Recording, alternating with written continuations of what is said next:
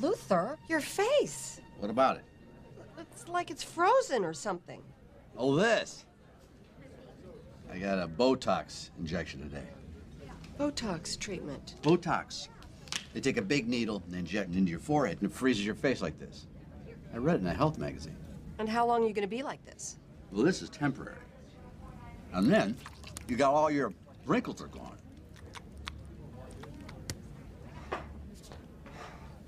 You should try it. Yeah, well, you ought to get your money back. Luther, I can't live like this anymore. Huh? We can't go out. Everywhere we go, people are whispering behind our backs. I can't go home. It's too depressing. I mean, there's no tree, no lights, no music. I can't talk to you. You're just consumed with yourself. That's not true. Look how far you've gone. Amazing. I mean, turning our lawn into an ice rink. I can't feel anything. I mean, somebody could have broken their leg or their neck. I mean, you could have put one of those carolers in the hospital. And that would be a bad thing. Luther! I know this has been tough on you, but in just one day, 24 hours, we'll be on that trail. And it's all gonna be better. I promise. I don't know. Hey. Wait. Go to...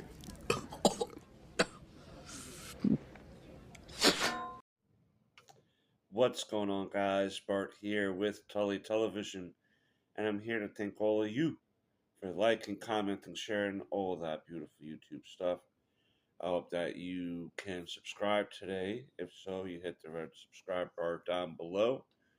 The march to 500 subscribers continues as we today do a holiday movie review that will get put into the Retro Blast playlist. And that movie is Christmas with the Kranks, released November 15th, 2004. Stars Tim Allen as Luther Crank, Jamie Lee Curtis as his wife Nora, Dan Aykroyd as Vic Frohmeyer, Julie Gonzalo as Blair Crank, the daughter, Cheech Marin as Officer Salino, and Jake Busey as Officer Treen. There's even an appearance by Dewey from Malcolm in the Middle, the little brother that played Dewey. He's even in this movie. And much like Christmas movies that are released around this time of year, or I guess any time of year, it's about learning the spirit of Christmas because you aren't appreciating the things around you. And in this particular movie, that stands true. Because Tim Allen's character, Luther, is getting ready to go to Hawaii, I believe it is, with his wife for Christmas. And this is the first Christmas that his wife and himself is able to enjoy without having to worry about Christmas parties or decorations, or even their own daughter coming over because she was going to celebrate Christmas somewhere else. But as we know in these Christmas movies, holiday movies, things never go according to plan. And within days of leaving for the holiday vacation, so to speak, the daughter lets them know that she's coming home for Christmas. And this kind of creates a stir.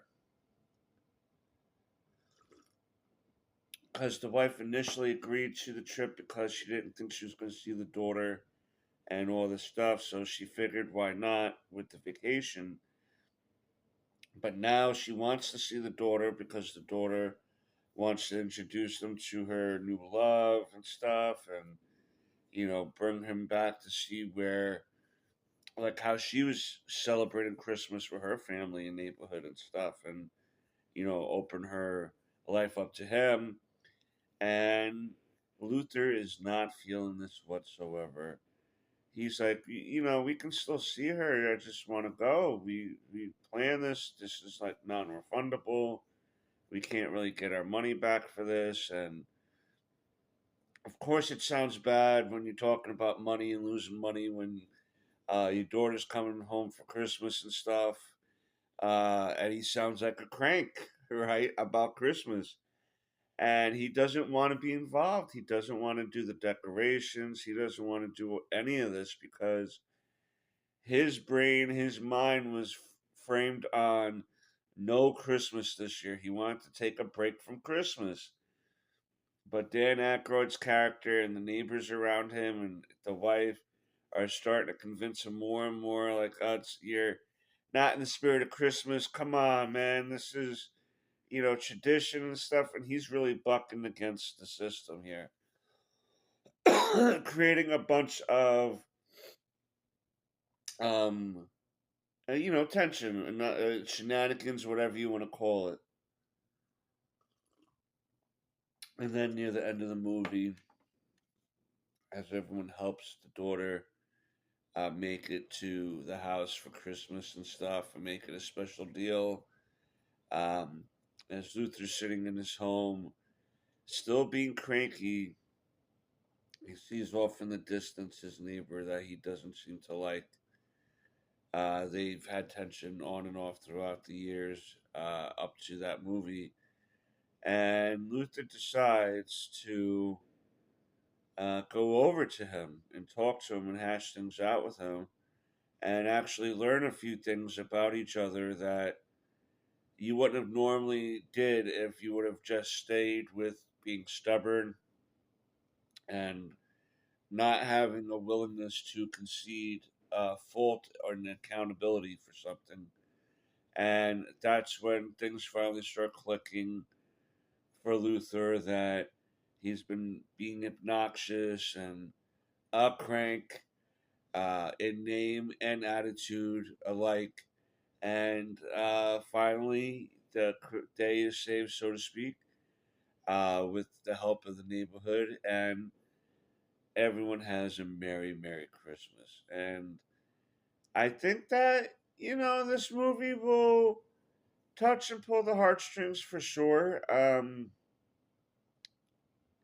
I didn't necessarily know uh, offhand how I feel about this movie because I know, like, I like Tim Allen a lot and I like Jamie Lee Curtis, but sometimes the Tim Allen humor I take in strides because of, I guess, just being so around Tool Time, all the Home Improvement show growing up. My mother loved that show.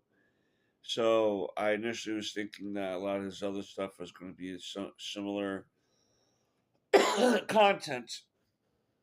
Um, and in some regards, it is. It's the bonehead husband trope, really sticking to his guns. But I this was definitely a movie that you can see both sides in, even though you know what the right side is, and that's to forego the trip to spend time with your family for and friends and family for Christmas time.